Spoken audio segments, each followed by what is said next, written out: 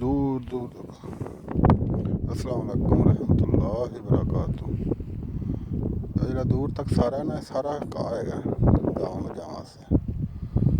ਇਸ ਤੋਂ ਉੱਪਰ ਉਹ ਕਣਕ ਹੈਗੀ ਉਹ ਅੱਗੇ ਤੁਹਾਨੂੰ ਵੀਡੀਓ ਬਣਾ ਕੇ ਦਿਖਾਈ ਹੈ।